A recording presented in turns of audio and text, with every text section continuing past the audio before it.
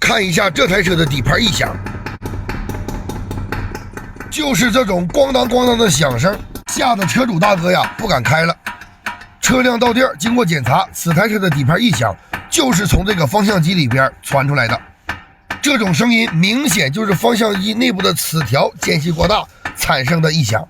我们的维修方法非常的简单，只需将方向机内部进行保养，然后调整方向机内部齿条的间隙，就能解决此台车底盘异响的故障。方向机是汽车上非常重要的配件，我们必须得及时保养。今天这台车保养方向机，我们不用把方向机全部拆下来，只需在车上进行保养就可以。我们只需将这个平衡杆给它拆掉，把这个平衡杆给它拆掉了，方向机就完全可以露出来了，我们就可以进行操作了。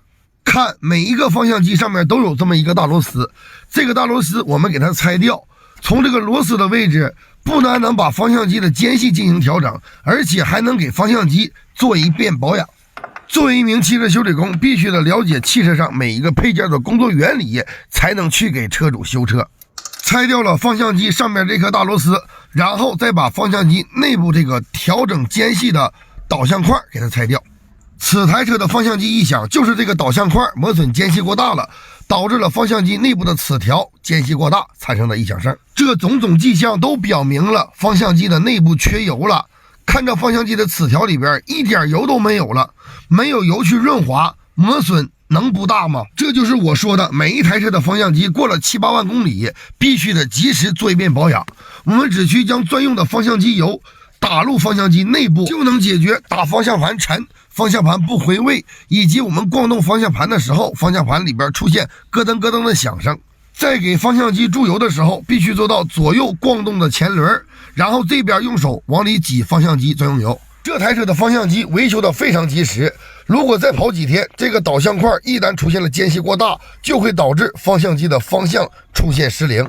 下面我们就将这个调整方向机间隙的导向块装入到方向机内部。所有车的方向机内部都有这个导向块，这个导向块也必须需要油去润滑它。下一步，我们就将方向机这个大螺丝给它装到方向机上。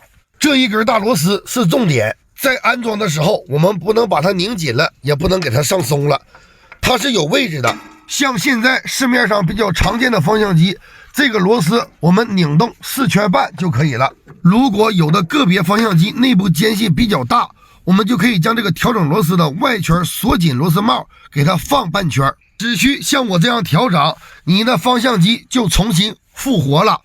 最后一步的操作，将这根螺丝直接拧紧就完事了。就是这样的操作，连保养再调整间隙。老铁们，你们学会了吗？下面进行检测，来，逛动前轮，仔细听，使劲逛，用点力。听这底盘，现在一点声音都没有了，一切恢复正常。我这种维修方法，老铁们，你们看了满意吗？